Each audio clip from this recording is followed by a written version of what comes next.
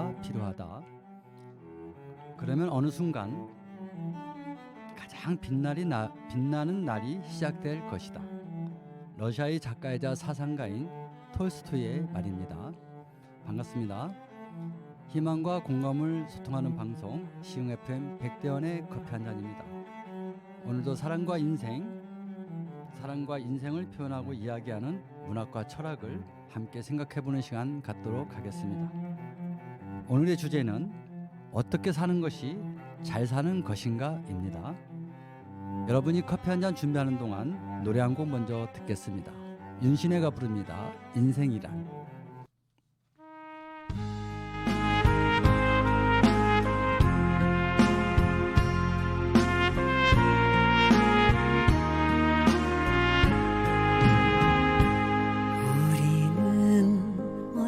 존재인가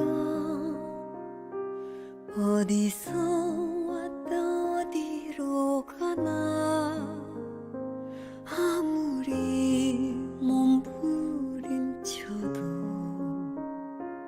인생이란 알 수가 없네. 험한 길도 가게 되더라. 좋은 길은 보이질 않고 비가 올 땐 비를 맞고 눈이 올 땐 눈도 맞았네. 살아갈수록 눈물이 살아갈수록 외로움이 웃어도 가슴이 아프다. 검은 머리만 하얘지니까 가만히 생각해보니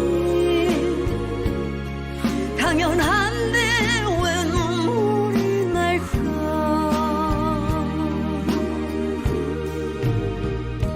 세상을 보며 느낀 게 많아. 지친 세상에 사람들 보며 욕심을 버린 후 알았네. 내가 얼마나 바보였는지.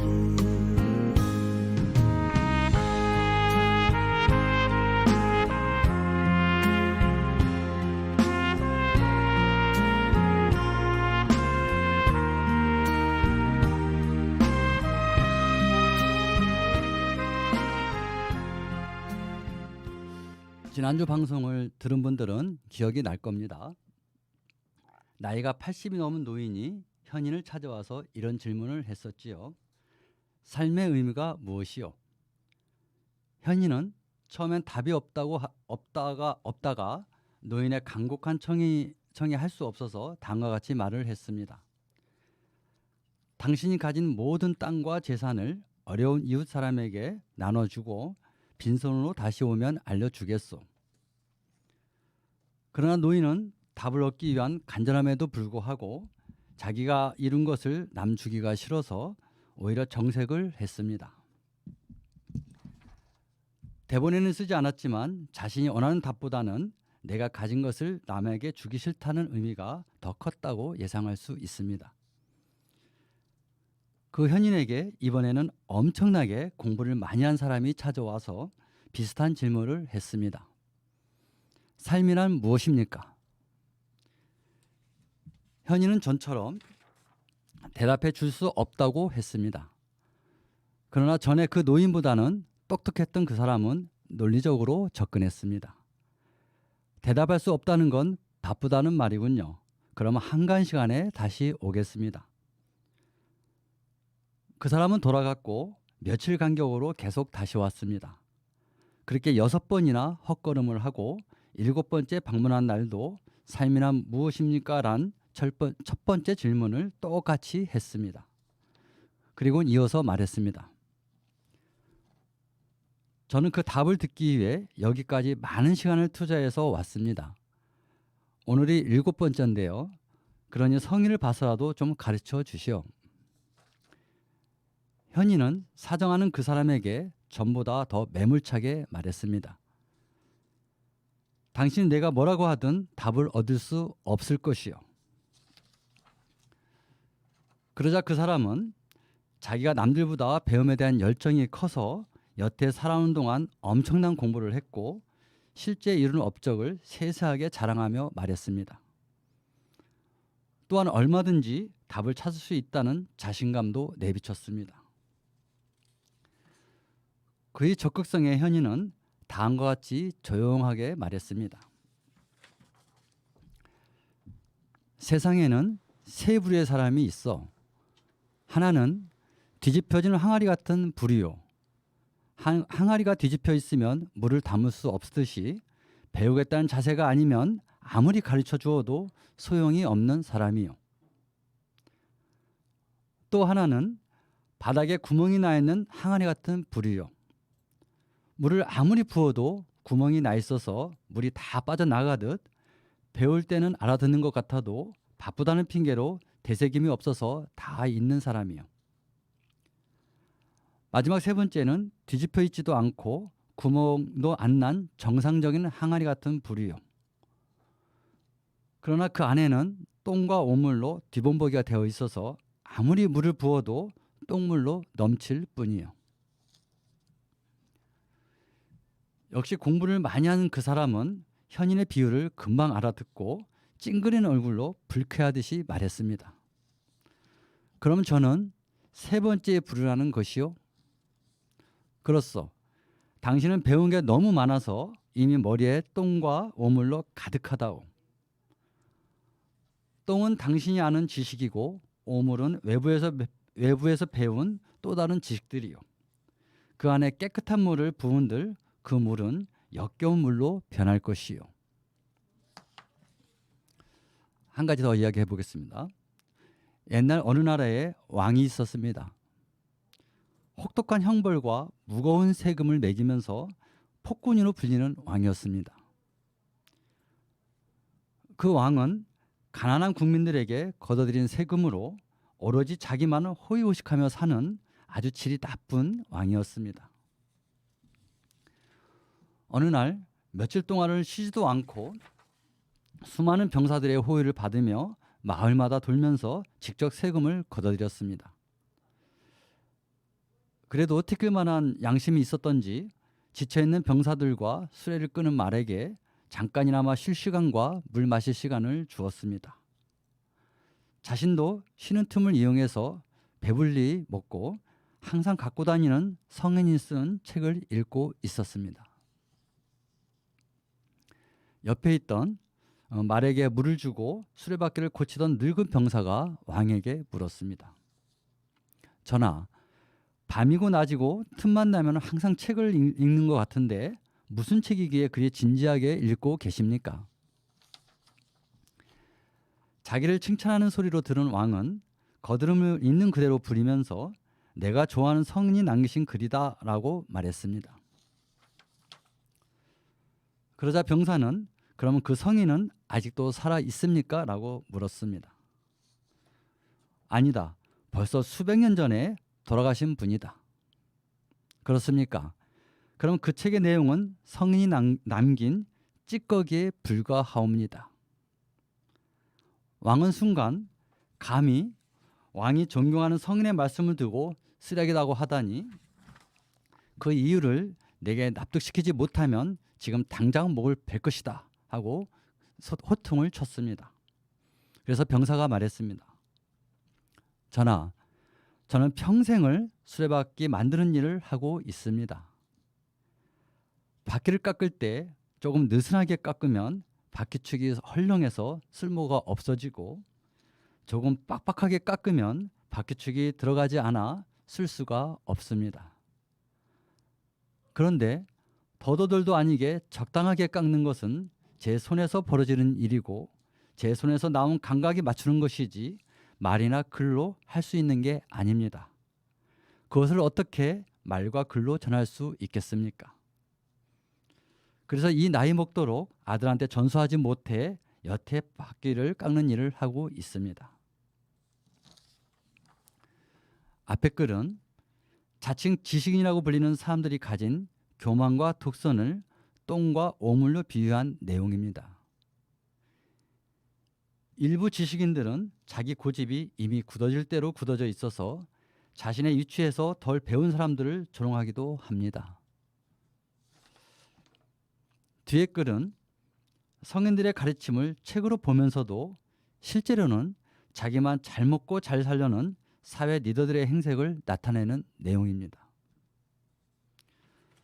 그러나 늙은 병사는 남의 눈에 보기에는 비록 하찮은 일을 할지라도 자기의 일을 천직으로 생각하고 최선을 다하는 자세가 중요하다는 것을 어리석은 왕에게 전하고 있습니다.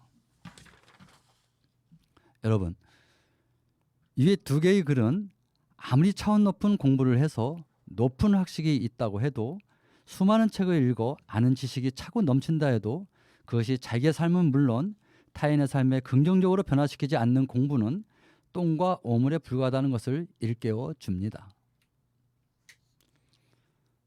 성인과 현인들이 남긴 책 내용이 우리의 삶을 긍정적으로 변화시킬 보배와 같은 내용이 담겨 있더라도 그 책을 읽은 당사자가 눈으로만 받아들이고 행동에 변화를 주지 않는 것은 쓰레기에 불과한 메시지라는 것입니다.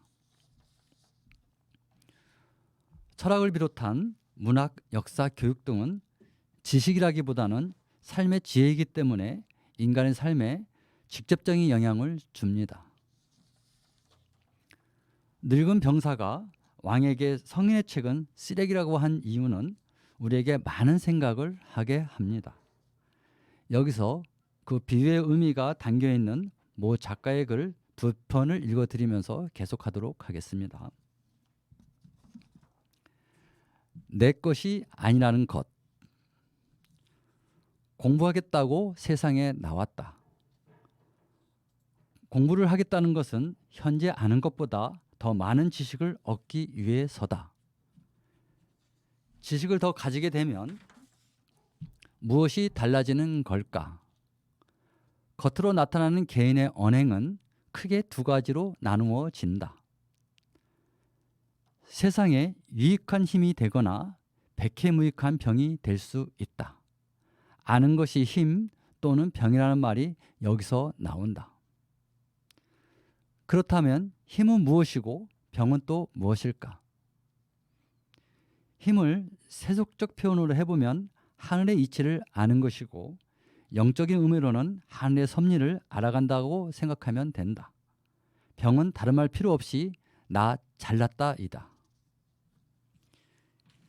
힘을 가진 자들은 지식이 지혜로 이어져서 하늘의 이치와 섭리를 타인에게 전파하여 더 나은 인간과 세상을 만드는 데 일조한다. 병을 가진 자들은 하늘의 이치와 섭리를 자신의 기준대로 하거나 아는 것을 자신의 안위만을 위해 사용한다. 이 말은 공부를 통해 힘을 받은 자들은 인간의 모든 지식과 지혜는 이미 하늘이 만들어 놓은 것을 찾거나 받은 것이기 때문에 배우면 배울수록 내 것이 아니라는 것을 알고 더 낮은 자세로 타인과 나누며 살려 하는 것이고, 공부를 통해 병을 받게 된 자들은 오직 내 노력으로 내가 이룬 것이라는 아집과 독선 때문에 스스로 고립무원의 길에 들어선다. 지금 공부하는 모든 사람들은 내가 무엇을 선택해야 할지 진지하게 생각해 봐야 한다.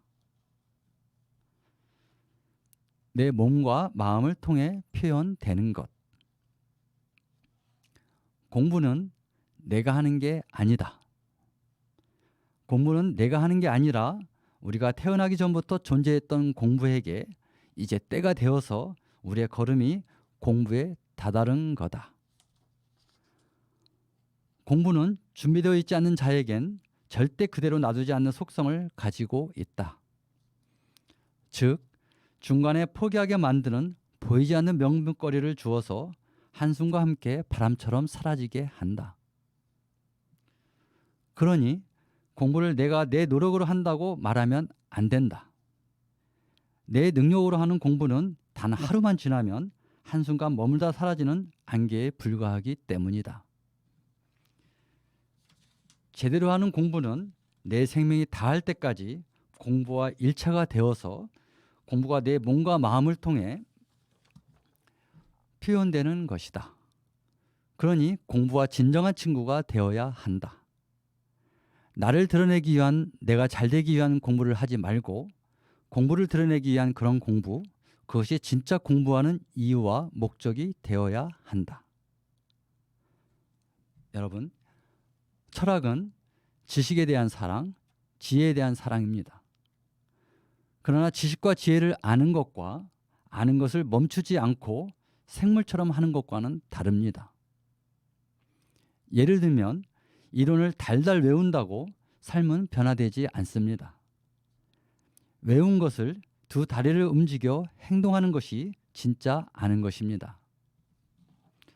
그렇다고 이론마저 무시하란 말은 아닙니다. 우리가 공부하는 것, 즉 이론을 익히는 이유는 미래 우리에게 일어날 어떤 문제를 해결하기 위한 준비를 하는 단계입니다. 판단과 결정을 하는 데 있어서 어떻게 하는 것이 옳은 것인가, 나만의 갑옷과 무기가 될 수 있다는 것입니다. 우리가 학교 시험을 볼 때 상상해 보면 압니다. 공부를 열심히 하고 시험지를 받으면 이미 문제의 답을 알고 있어서 즐겁게 문제를 풀어갑니다. 그러나 어영부영 공부하면 문제 앞에서 정답과 오답이 다 비슷하게 보입니다. 답이 이거 같기도 하고 저거 같기도 하고 헷갈립니다. 물론 볼펜을 잘 굴려서 답을 맞히면 요행이 통한 것이고 틀리면 어차피 모르는 문제이니 믿져야 본전입니다. 이것이 보통 사람들이 인생의 문제 앞에서 사는 모양입니다. 공부를 한다는 것은 미래 우리 각자에게 닥칠 문제의 정답을 맞힐 가능성이 높다는 의미이고 일어날 문제를 예측할 수 있기도 합니다. 좀 전에 왕은 정상적으로 왕이 되기 위한 엄청난 수업을 받았을 겁니다. 아마도 왕의 책무나 권한 등을 공부했겠지요. 그리고 행차 중에도 책을 읽을 정도면 얼마나 많은 지식을 가진 자이었겠습니까? 그러나 그런 자신만 아는 왕, 그런 폭군을 존경할 국민은 아무도 없을 겁니다. 공부를 해서 대학을 졸업했다고 해도, 성인의 글을 읽었다고 해도, 배운 것을 읽은 것을 나만을 위해 사용하는 것은 공부를 안 한 것과 같은 이치입니다. 좋은데 써먹지도 않는 글은 똥물이고 쓰레기와 다를 게 없다는 말이기도 합니다. 그래서 인문학을 하면 제일 먼저 깨닫는 게 나는 누구인가이고 나는 무엇을 하고 어떻게 살아야 하는지 그 내용입니다. 그리고 쏜 화살처럼 빠르게 지나가는 단 한 번의 인생을 어떻게 마무리해야 할지 알게 됩니다. 이것을 우리는 통찰력이라고 합니다. 배우고 익힌 것을 그대로 놔둔 사람과 배운 것을 스스로 묵상하고 타인과 소통하는 사람은 미래를 보느냐 못 보느냐의 차이로도 이어집니다. 우리가 잘 아는 삼국지를 보면 제갈공명이 이런 말을 했습니다. 정치를 하는 사람은 우선 가까운 곳에 생각이 미치고 나아가 먼 장래의 일까지도 대책을 세워 놓아야 한다. 애초에 먼 장래를 생각하고 대책을 세워놓지 않으면 반드시 가까운 장래에 발목이 잡힌다. 또한 문제를 해결하기 위해서는 단편적으로 임하면 안 된다. 다시 말해서 이익을 얻으려면 손해를 감수하는 계산을 하고 있어야 하고 성공하려면 실패했을 때를 염두에 두어야 한다. 이 제갈공명의 말에서도 나왔다시피 이것이 통찰력인데 통찰력은 꼭 정치인만이 아니라 일반인도 다 필요한 것입니다. 문제 해결 능력의 척도가 통찰력이라고 할 때 바로 그 통찰력은 인문학적 소양을 기를 때만이 자연스럽게 생기는 것입니다. 통찰력은 인문학적 관련 책을 읽고 해당 주제에 대해 외우는 것도 중요하지만 그 의미를 깊이 생각해 봐야 합니다. 그래야만 분석이나 판단하는 능력이 향상됩니다. 현대사회는 엄청나게 빠르게 돌아가고 변화도 시시각각 일어나고 있습니다. 과학기술은 인간의 삶에 많은 변화를 주고 성장을 하게 했지만 인간성을 상실케 하는 위험 요소를 담고 있습니다. 인터넷이 시작되면서 각종 카페나 블로그, SNS 등이 발전하고 핸드폰도 1년도 채 안 돼 계속 신기종이 나오고 넷플릭스, 왓챠, 티빙, 쿠팡플레이 등이 자극적이고 폭력적이고 살인을 밥 먹듯이 하는 드라마나 영화를 파도처럼 갖고 들어오니 인간의 삶에 개인적인 욕구나 욕망 이런 것을 앞세우게 되면서 현대사회가 이렇게 각박하고 메말라가고 있습니다. 오늘의 주제는 어떻게 사는 것이 잘 사는 것인가 였습니다. 중국 고전 서경에 비지지간, 행지유간이란 말이 있습니다. 아는 것이 어려운 게 아니라 행하는 것이 어렵다 이런 뜻입니다. 아는 거에 만족하지 말고 아는 것을 어떻게 행동하느냐는 실행의 중요성도 담고 있습니다. 좀 전에 말씀드렸다시피 현대사회는 자본주의가 대세가 되면서 능력 있는 자, 재물이 많은 자, 스펙이 높은 자가 대접받는 세상입니다. 모두가 1등이 되기 위해 노력합니다. 그러나 2022년도 기준으로 볼 때 세상 인구가 79억 명이 넘었고 우리나라 인구도 5천 명이 넘었습니다. 누구나 1등이 될 수 없습니다. 각자 자기 분야에서 열심히 공부하며 나는 물론 남을 배려하며 사는 게 잘 사는 것입니다. 사실 많이 가진 자나 많이 배운 자 중에는 나쁜 짓 하지 않고 남보다 열심히 살아서 이룬 것도 있습니다. 그렇다고 해도 그것은 하늘이 내게 잠깐 맡겨준 것이지 원래 내 것이 아닙니다. 그러니 가진 것을 나보다 상대적으로 못한 사람들에게 베풀고 나눌 때 그의 이름은 보석처럼 빛이 날 것입니다. 톨스토이의 삶은 언제나 기대처럼 사라지지만은 않기에 살아가는 동안 공부가 필요하다. 그러면 어느 순간 가장 빛나는 날이 시작될 것이다. 란 말을 가슴에 새기면서 오늘도 멋진 수요일 보내시기 바랍니다. 지금까지 시흥FM 백대원의 커피 한 잔이었습니다. 마지막 곡은 박인희의 방랑자입니다. 감사합니다.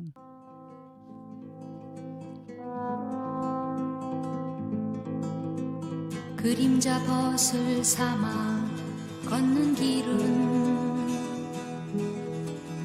산에 해가 지면 멈추지 마.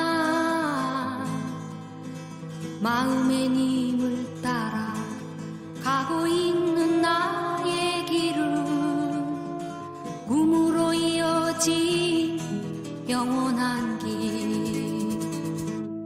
방랑자여 방랑자여 기타를 울려라. 방랑자여 방랑자여 노래를 불러라. 오늘은 비록 눈물 어린 혼자의 길이지만 먼 훗날엔 우리 다시 만나리라. 그림자 벗을 삼아 걷는 길은 설산의 해가 지면 멈추지 마. 마음의 님을 따라 가고 있는 나의 길은 꿈으로 이어진 영원한 길. 방랑자여 방랑자여 기타를 울려라. 방랑자여 방랑자여 노래를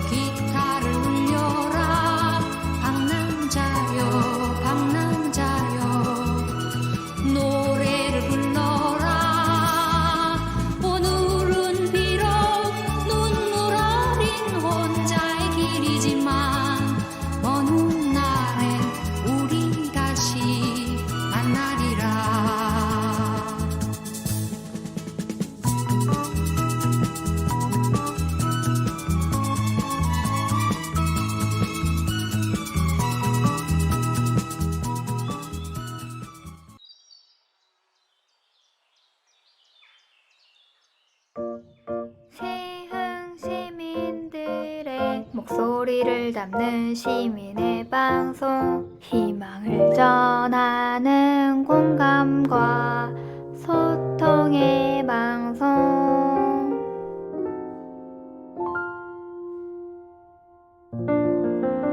시흥의 희망을 전하는 방송 시흥 FM입니다.